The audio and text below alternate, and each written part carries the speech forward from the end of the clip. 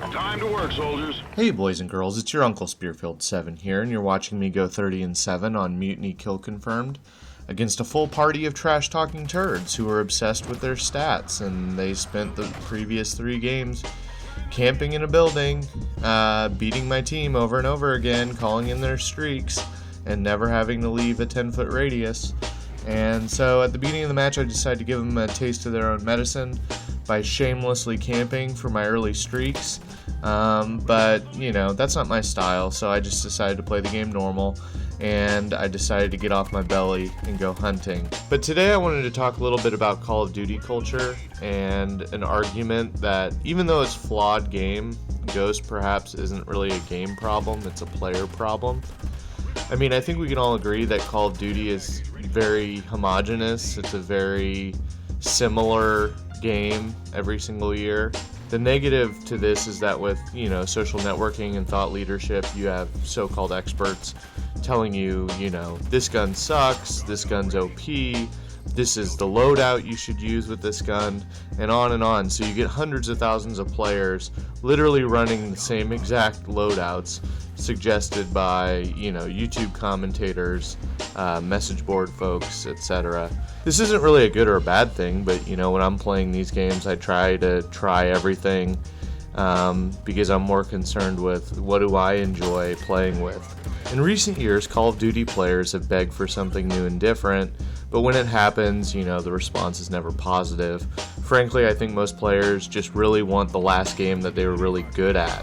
So if you're a beast on Black Ops 2, you'll want all the releases to be like it because you felt on top of the world, you felt like the best player in the world, and this is sort of the pipe dream that every year Call of Duty kind of propagates, is that you can be the best in the world at this game. Multiply this by the COD user base, you know, that excelled in various titles, and you have sort of a recipe for perpetual complaining. You know, there will always be something wrong with Call of Duty.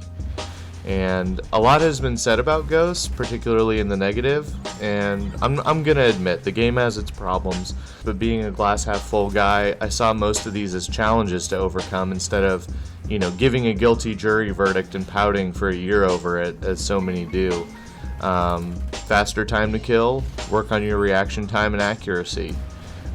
Cluttered big maps, slow your playstyle down to accommodate tricky environments.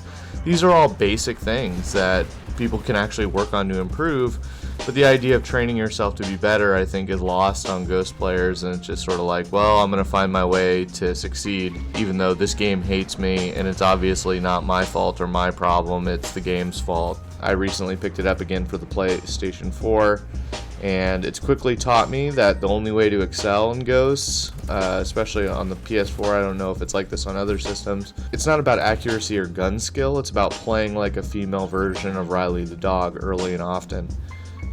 Public matches are about bitch mode, not beast mode, and this concerns me.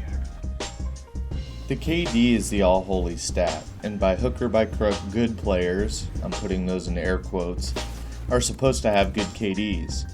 But there are less honorable ways to boost your stats, and most of the stat freaks I come across on PS4 utilize these methods.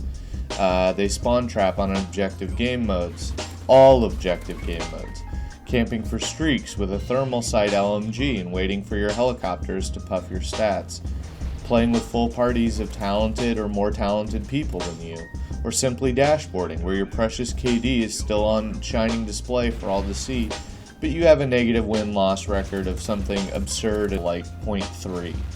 Winning and losing do not matter in Call of Duty to most, and this is a problem. And this makes the game turn into something like a funhouse mirror for casual players.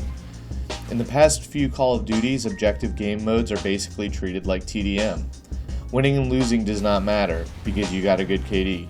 So when your team loses, you can stand on your podium and complain about your garbage teammates with low KDs who are actually concerned about winning and throwing their bodies on flags. I personally spent 35 days on Black Ops 2 for PS3 and Wii U. I spent more of my time on Wii U because the players were not mentally retarded and actually played the game modes the way they were meant to be played. Domination games were fun and heated, and I just didn't get the same rush spawn trapping on Hijack Domination on PS3. But let's get back to Ghost. The problem with the much-hated Ghost is most players were not up for adjusting to the nuances of the new game. And to some, it's just a matter of taste, and they don't like it. They don't like the maps, they don't like the guns, they don't like the feel of it. But the minute that high KD potential is threatened, folks will adopt whatever desperate tactics they need to keep their stats high, making the game feel more like work than an actual game that's meant to be entertaining and fun. They basically take the path of a sore loser, one who couldn't rise to the challenge of something difficult and different. And if they're like, screw it, I'm just going to give up on KD and good stats, they can always look at a bunch of YouTube channels to learn how to troll and ruin the fun and enjoyment of the game for others, which shows the toxicity of Call of Duty culture at its worst. Ghost has a lot of problems, I'll admit it, but I think that a lot of the fault of the general enjoyment of the game can fall at the feet of those who play it. I play with a pretty aggressive playstyle, but I also take my time depending on the pace of the match and the talent of my opponents. And this is basically Strategy 101.